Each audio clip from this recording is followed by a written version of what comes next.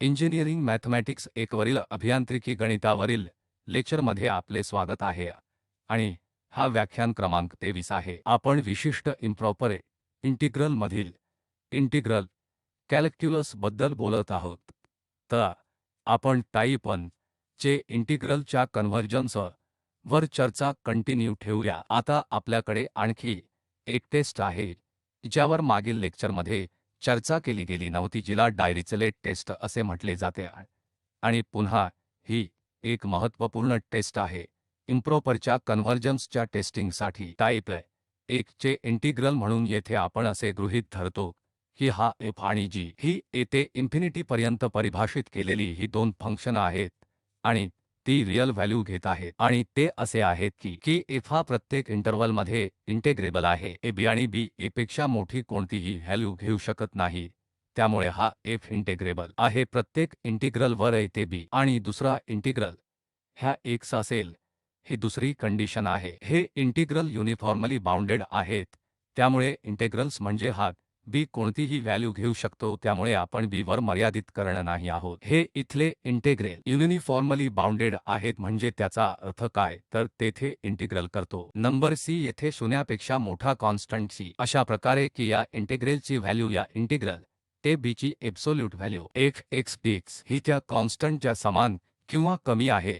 आणि सर्व b a साठी नॅचरली b हा एखादा फायनाईट क्रमांक आहे ज्याविषयी आपण बोलत आहोत। येथे कोणत्याही व्हॅल्यू b साठी येथे g a पेक्षा मोठी आहे। जर हे इंटिग्रल कॉन्स्टंट c ने बाउंडेड असेल तर हा c असतो जो येथे संख्या b वर अवलंबून नाही। त्या प्रकरणात आपण असे म्हणतो की हे युनिफॉर्मली बाउंडेड आहे, म्हणून हे बाउंड या b पासून इंडिपेंडंट आहे। मग आम्ही म्हणतो की हे इंटिग्रल युनिफॉर्मली आहे। हे इंटिग्रल आपल्याला युनिफॉर्मली बाउंडेड आहे। या f वरील दोन कंडिशन आहेत, f हे इंटिग्रल आहे आणि हे युनिफॉर्म आहे, हे आहेत हे इंटिग्रल युनिफॉर्मली बाउंडेड आहे आणि फंक्शन g हे मोनोटोन आणि बाउंडेड आहे, त्यामुळे परत c एकतर मोनोटोनिकली इन्क्रीजिंग किंवा मोनोटोनिकली डिक्रीजिंग आणि बाउंडेड, ज्यामुळे या फंक्शनच्या व्हॅल्यू सुद्धा फायनाईट आहेत बाउंडेड। आणि त्यानंतर आपल्याकडे हे लिमिट आहे x इन्फिनिटीला जातो आहे, हा g x हा 0 म्हणजे हा g हा मोनोटोनिक फंक्शन आहे जे जात आहे शून्याकडे, कारण x जातो आहे इन्फिनिटीकडे, म्हणून ती दुसरी कंडिशन आहे। आणि त्या प्रकरणात हा इम्प्रॉपर इंटिग्रल ते infinity x g x dx, तर आपल्याकडे आता इकडे integrand x g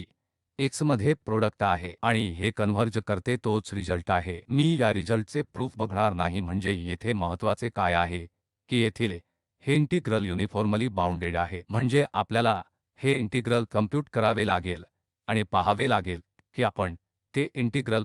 constant c द्वारे बाउंड करू शकतो, जे या संख्या b ला इंडिपेंडंट आहे। येथे कोणत्याही एखाद्या फायनाईट संख्या b साठी जर आपण करू शकलो तर आपल्याकडे ही कंडिशन युनिफॉर्मली बाउंडनेस आहे। आणि दुसरा एक तर g हा मोनोटोन आहे आणि म्हणून मोनोटोनिकली हे शून्याकडे जात आहे, जसे की x इन्फिनिटीकडे जात आहे। त्यामुळे अशा परिस्थितीमध्ये येथे या दोन महत्त्वाच्या कंडिशन आहेत आणि त्या कंडिशन आपल्याकडे आहे की हे इंटिग्रल येथील प्रोडक्ट कन्व्हर्ज करते, त्यामुळे हे खूपच उपयोगी इंटेग्रल आहे। कारण जर आपल्याला माहिती आहे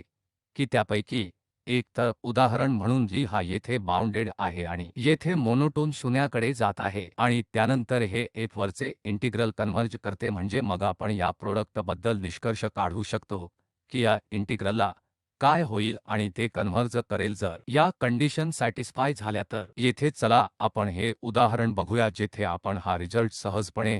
हे सिद्ध करण्यासाठी वापरू शकतो की असे इंटेग्रल्स 1 ते infinity sine x over x power p हे कन्व्हर्जंट आहे। p हा 0 बरोबर असेल किंवा मोठा असेल तर कोणत्याही t साठी जो येथे शून्यापेक्षा मोठा आहे, हे इंटिग्रल हवे आहे इन्फिनिटी sin x वर x पॉवर t कन्व्हर्जंट आहे। हे आपण दाखवू शकतो मदत घेऊन या डिरिक्लेट टेस्टची। या परिस्थितीमध्ये आपण असे मानू की x बरोबर आहे sin x, म्हणून आपल्याकडे येथे आहे हे फंक्शन x हे sin x म्हणून आणि दुसरा एक g x आपण घेऊ 1 वर x पॉवर p हे आता उपयुक्त आहे कारण आपल्याला माहिती आहे याबद्दल हे की g हा मोनोटोनिकली डिक्रीजिंग आहे शून्यापर्यंत कारण x इन्फिनिटीला जातो आहे या p पॉझिटिव्ह साठी आणि हे इंटिग्रल आहे sin x जे आपण सहजपणे दाखवू शकतो की हे sin हे d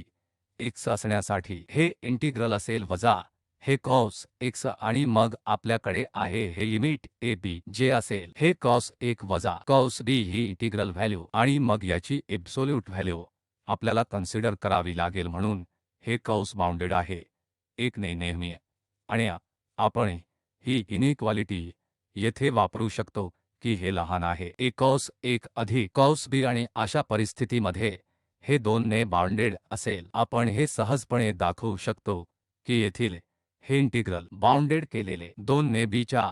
आपण घेत असलेल्या कोणत्याही व्हॅल्यूसाठी जी 1 पेक्षा मोठी आहे आणि इन्फिनिटी पेक्षा लहान आहे आपण जे पाहिले आहे की येथे एक युनिफॉर्म बाउंड आहे म्हणून b ची कोणतीही व्हॅल्यू जी आपण घेतोय या इंटिग्रलची व्हॅल्यू 2 ने बाउंडेड असेल यामध्ये ते आहे जे आपण आपल्याला या इंटिग्रलच्या युनिफॉर्म बाउंडनेससाठी आता दुसरे फंक्शन जे मोनोटोनिकली डिक्रीजिंग फंक्शन आहे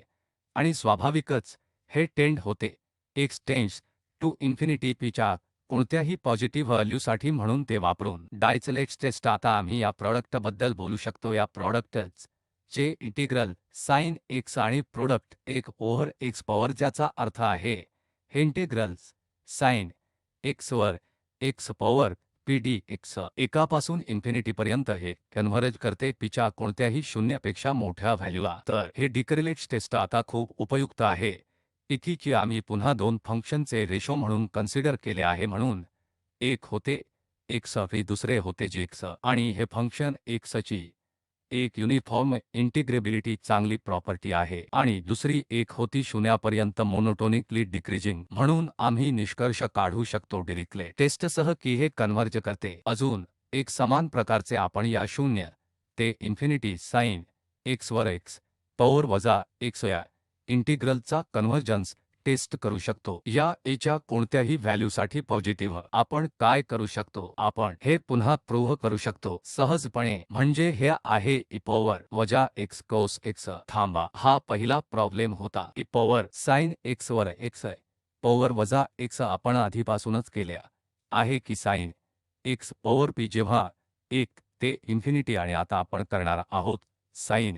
x वर x गुणिले e पॉवर वजा x म्हणून या परिस्थितीमध्ये आपण पुन्हा ही कल्पना वापरू की आपण ती तोडू शकतो ती सहज 0 ते 1 आहे आणि मग आपल्याकडे आहे sin x वर x e पॉवर वजा x dx अधिक हे 1 ते इन्फिनिटी आणि आपल्याकडे आहे sin x वर हे x आणि e पॉवर वजा x dx हे फंक्शन म्हणजे फर्स्ट इंटिग्रल आहे प्रॉपर इंटिग्रल कारण स्पष्ट आहे कारण x वर x ची व्हॅल्यू 1 असते कारण x इन्फिनिटीकडे जातो आहे आणि हे 1 आहे म्हणून येथील इंटिग्रंटचे लिमिट एक्झिस्ट असते जेव्हा x शून्याकडे जातो आणि इतर सर्व पॉइंट जवळ एकही सिंग्युलॅरिटी नाही तेथे अनबाउंडेडनेस नाही म्हणून हे प्रॉपर इंटिग्रल आहे पहिले दुसऱ्या आता याच्यामुळे x इन्फिनिटी आपल्याला टेस्ट करायचे आहे ते कोणत्या प्रकारचे परिणाम आपल्याला मिळतील येथून आता आपण घेऊया हे इंटिग्रल येथे a b लक्षात घ्या की इंटिग्रल 1 आणि नंतर एकावर आपण हे b हे sin x over x dx घेऊ शकतो म्हणून जर आपण हे इंटिग्रल येथे घेतले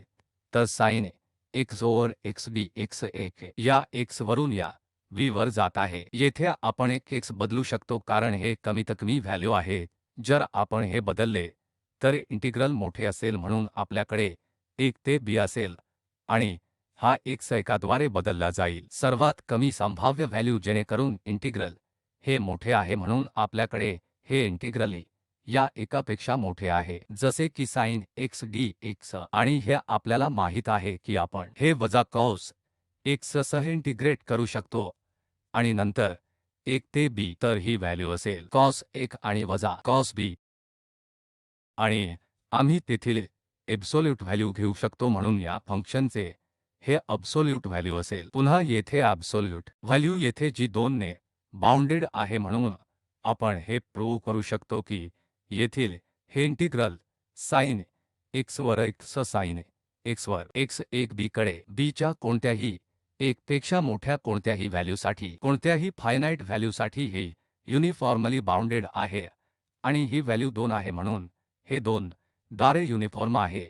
हे इंटिग्रल 2 द्वारे युनिफॉर्मली बाउंडेड आहे आणि हे एक्सपोनेन्शियल वजा x फंक्शन म्हणून एक्सपोनेन्शियल वजा x फंक्शन एक मोनोटोनी आहे आणि ते शून्याकडे जाते। जर आपण x इन्फिनिटीकडे जात आहे असे लिमिट घेतले तर ही पॉवर वजा x जी शून्याकडे जाते जेणेकरून आपल्याकडे ती प्रॉपर्टी देखील सॅटिस्फाय होते। मग आपण ही डिरिक्लेट टेस्ट तेथे वापरू शकतो कारण x वरील साइन x वर x एक इंटिग्रल आपण पाहिले आहे की मोनोटोन आहे जी युनिफॉर्मली बाउंडेड आहे आणि दुसरे येथे एक जी x आहे पॉवर वजा x आहे हे जात आहे असे x अप्रोचेस टू इन्फिनिटी। त्यामुळे या परिस्थितीमध्ये आपण अप्लाय करू डिरिचलेट परिणाम डिरिक्लेट टेस्ट जे असे म्हणते की हे इंटिग्रल कन्व्हर्जेस हे इंटिग्रल कन्व्हर्ज करते आणि दुसरे प्रॉपर इंटिग्रल आहे। त्यामुळे आपल्याकडे येथे ओरिजिनल इंटेग्रल 0 आहे इन्फिनिटी साइन x वर x जे कन्व्हर्ज करते। तर आपण येथे अजून एक प्रश्न सोडविणार आहोत येथे की प्रश्न नंबर 2। त्यामुळे येथे आपण करणार आहोत हे आहे समान प्रकारचा प्रश्न आपल्याकडे आहे 1 वजा पॉवर वजा x कॉस x वर x स्क्वेअर या परिस्थितीमध्ये आणि कल्पनेला परत आपण 2 भागामध्ये विभागू शकतो। त्यामुळे मी इथे घेईन येथे इन्फिनिटी आणि मग हे आपल्याकडे आहे 1 वर x square cos x integral म्हणून त्यामुळे आपल्याकडे आहे कॉस x वर x स्क्वेअर dx आणि दुसरे आहे ते इन्फिनिटी आणि आपले आहे पॉवर वजा x आणि मग कॉस x वर c x आहे जिथे dx हे फर्स्ट इंटिग्रल हे अबसॉल्युटली कन्वर्ज होते हे कन्वर्ज अबसॉल्युटली होते आणि कारण स्पष्ट आहे कारण कंपॅरिझन टेस्टद्वारे आपण सहजपणे निष्कर्ष काढू शकतो कारण हे कॉस x वर स्क्वेअर x वर हे या एकापेक्षा कमी आहे x स्क्वेअर खरंच ही एक अबसॉल्यूट संकल्पना आहे जी आपण पुन्हा समजावून सांगू। त्यामुळे अबसॉल्युटली म्हणजे जर आपण इंटिग्रंटचे एब्सोल्यूट व्हॅल्यू घेतली तर हे कन्वर्ज होते म्हणून हे कॉस x वर x स्क्वेअर पेक्षा कमी असेल तर हे x स्क्वेअर पेक्षा कमी असेल कारण हे कॉस x व्हॅल्यू एकाने बाउंडेड आहेत म्हणून आपल्याकडे एकावर एक x स्क्वेअर आहे आणि आपल्याला हे इंटिग्रल इन्फिनिटीच्या एकावर एक म्हणून माहित आहे 1 वर x स्क्वेअर आहे जे कन्व्हर्ज होते आणि त्या प्रकरणात हे इंटिग्रल देखील कन्व्हर्ज होईल कारण हे डॉमिनेटिंग फंक्शन x स्क्वेअरवर 1 आहे आणि ज्यांचे इंटिग्रल कन्व्हर्ज करते त्यामुळे नैसर्गिकरित्या इंटिग्रल कन्व्हर्ज होईल। येथे दुसरा एक आपण पुन्हा समान युक्तिवाद वापरू शकतो कारण पुन्हा हा e पॉवर वजा x कॉस x या x स्क्वेअरवर हे व्हॅल्यू येथे एकाद्वारे बाउंडेड असेल कारण ओव्हर हे वजा x देखील फंक्शन कमी करीत आहे म्हणून आपल्याकडे असताना ते सर्वोच्च व्हॅल्यू घेईल मग x या ला अप्रोच करेल म्हणून कोणत्याही परिस्थितीत हे देखील एकाने बाउंडेड केले जाईल म्हणून हे दुसरे इंटिग्रंट x स्क्वेअरवर देखील बाउंड आहे आणि कंपॅरिझन टेस्टद्वारे आपण पुन्हा निष्कर्ष काढू शकतो की हे देखील पुन्हा एकदा अबसॉल्युटली कन्व्हर्ज केले जाऊ शकते की आम्ही येथे डिरिचलेट टेस्ट देखील वापरू शकतो कारण आपण हे ओव्हर वजा x घेऊ शकतो म्हणून जर आपल्याला ही डिरिचलेट टेस्ट इथे वापरायची असेल तर आपण हे फंक्शन घेऊ शकतो e पॉवर वजा x स्क्वेअर आणि हे फंक्शन शून्याकडे जाते कारण x इन्फिनिटीकडे जातो जसचे x इन्फिनिटीकडे जातो तसतसे हे एक मोनोटोन फंक्शन आहे पॉवर वजा x कमी होत आहे आणि x स्क्वेअर पेक्षा 1 अधिक घट होत आहे दोन्ही फंक्शन म्हणून येथे आपल्याकडे x च्या कोणत्याही व्हॅल्यूसाठी कमी करण्याचे कार्य आहे आणि हा कॉस x या ते इन्फिनिटी कॉस x चा हा इंटिग्रल आपण पुन्हा दाखवू शकतो की हे 2 ने बाउंडेड आहे तर आपण ती डिरिचलेट टेस्ट वापरू शकतो जशी आपण पूर्वीच्या समस्यांमध्ये वापरली आहे तर हे समस्यांशी समान आहे नंबर 1 तर इकडे आपण दाखवू ही शकतो को हा कन्व्हर्ज होतो तर हा सुद्धा कन्व्हर्ज होतो आणि दिलेला इंटिग्रल तिकडे 1 वजा पॉवर वजा x कॉस x वर स्क्वेअर d एक कन्व्हर्ज होते। आता येथे फक्त एक टिप आहे की या प्रकाराचे वजा इन्फिनिटी ते b f x d x पर्यंतचे इन्फिनिटी आम्ही येथे सामान्यपणे चर्चा करीत नाही, आम्ही फक्त इंटिग्रल ज्यावर चर्चा करीत आहोत। आपल्याकडे या b च्या जागी इन्फिनिटी आहे म्हणून हे इन्फिनिटी प्रकारचे इंटिग्रल आपण चर्चा करीत आहोत, परंतु हे देखील सहज करू शकतो कारण आपण सबस्टिट्यूट करू शकतो। उदाहरणार्थ इथे x वजा t समान आहे आणि मग काय होईल की इंटिग्रल फक्त वजा b ते इन्फिनिटी असेल, तर आपल्याकडे पुन्हा एक समान प्रकारचा इन्फिनिटी आहे जे आपण आहोत कन्व्हर्जन्सबद्दल चर्चा जेथे इन्फिनिटी वर येते, जेणेकरून आपल्याकडे हा प्रकार इंटिग्रल असल्यास आपण फक्त सोप्या सबस्टिट्यूशनद्वारेच या प्रकारच्या इन्फिनिटी घटकामध्ये कन्व्हर्ज होऊ शकतो आणि मग आपण कन्व्हर्जन्स ची चर्चा करू जशी आधी केली। येथे हा पॉइंट असा आहे की आपण येथे अब्सोल्यूट कन्व्हर्जन्स बद्दल आणखी एक महत्त्वाचा घटक आहोत की येथे अब्सोल्यूट कन्व्हर्जन्स काय आहे। म्हणून मी म्हटल्याप्रमाणे हे इंटिग्रल पूर्णपणे समाकलित होते, म्हणजे जर हे कन्व्हर्ज केले तर इंटिग्रल व्हॅल्यूपेक्षा एब्सोल्यूट व्हॅल्यू असल्यास जर हा इंटिग्रल कन्व्हर्ज होतो, आपण म्हणतो की हा इंटिग्रल कन्व्हर्ज होतो पूर्णपणे कारण आपण पॉझिटिव्ह व्हॅल्यू घेतलेल्या आहेत या इंटिग्रंटच्या इकडे रेंज 0 ते इन्फिनिटी साठी। जर हे कन्व्हर्ज केले तर आपण असे म्हणतो की हे इंटिग्रल पूर्णपणे कन्व्हर्ज होते आणि येथे आणखी एक संज्ञा आहे जी या इन्फिनिटीपणे कन्व्हर्ज होते, म्हणजे हे इंटिग्रल समाकलित होत नाही परंतु येथे पूर्णपणे समाकलित होत नाही। याचा अर्थ असा आहे की हे कन्व्हर्ज होते परंतु त्या प्रकरणात आपण असे म्हणतो की हे इन्फिनिटीपणे कन्व्हर्ज होते। येथे या उदाहरणावरून जसे की येथे एक इन्फिनिटीस x over x power p d x पर्यंत आहे आणि आता आपण हे इंटिग्रल एकापेक्षा अधिक p साठी कन्व्हर्ज करतो, हे आता दर्शवू शकतो p 1 पेक्षा अधिकच्या कोणत्याही व्हॅल्यू साठी इंटिग्रल पूर्णपणे कन्व्हर्ज होते। कल्पना स्पष्ट आहे जी पूर्वीच्या उदाहरणामध्ये दिलेली आहे। जरा तर येथे आपल्याकडे हे इंटिग्रल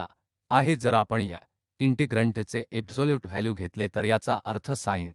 x आणि x पॉवर p म्हणजे इथे x पॉझिटिव्ह व्हॅल्यू घेत आहे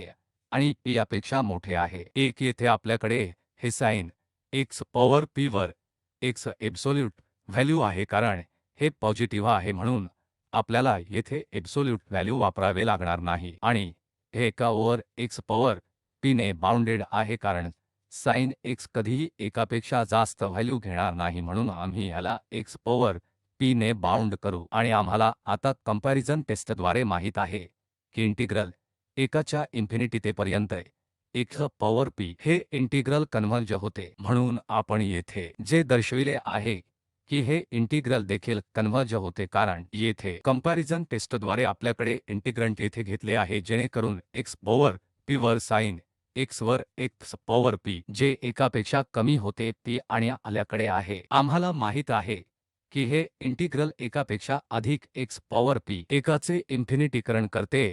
हे रूपांतर करते आणि म्हणूनच कंपॅरिझन टेस्टद्वारे आम्ही हे दर्शविले आहे की हे कन्व्हर्ज अर्थ आहे की हे इंटिग्रल दुसऱ्या शब्दांत पूर्णपणे कन्व्हर्ज होते। होय, म्हणून आपण त्याऐवजी घेऊ शकतो कारण सध्या रेंज पॉझिटिव्ह निगेटिव्ह व्हॅल्यू घेत आहे जेणेकरून जर आपण खरोखर त्या प्रकरणात सर्व पॉझिटिव्ह व्हॅल्यू घेतली तर हे इंटिग्रल देखील कन्व्हर्ज होते, परंतु आपण येथे दर्शविले आहे हे महत्त्वाचे आहे एकापेक्षा मोठा म्हणजे जेव्हा p एकापेक्षा मोठा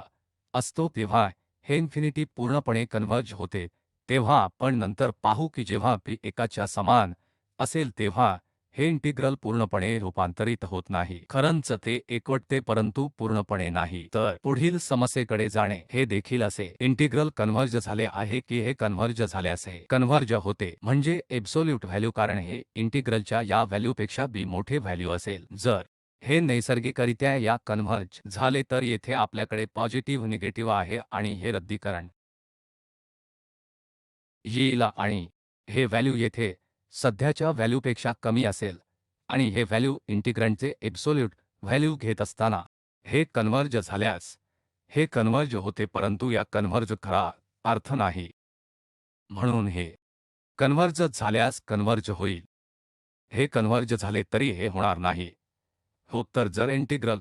कन्व्हर्ज झाला, इंटिग्रल पूर्णपणे कन्व्हर्ज होऊ शकणार नाही. आणि ज्या प्रकारे आपण येथे एक मानक उदाहरण चर्चा करू की 0 ते इन्फिनिटी पर्यंत या साइन x वर हे इंटिग्रल कन्व्हर्ज होते, याचा अर्थ असा आहे की हे इंटिग्रल कन्व्हर्ज होते, परंतु जेव्हा आपण येथे इंटिग्रंट एब्सोल्यूट व्हॅल्यू येथे समाकलित केले तेव्हा हे इंटिग्रल घटक एकत्र होत नाही. प्रथम आपण हे दर्शवितो की हे इंटिग्रल एक क्षुल्लक कार्य आहे. आता हे एक शून्य आहे, म्हणून इन्फिनिटीच्या साइन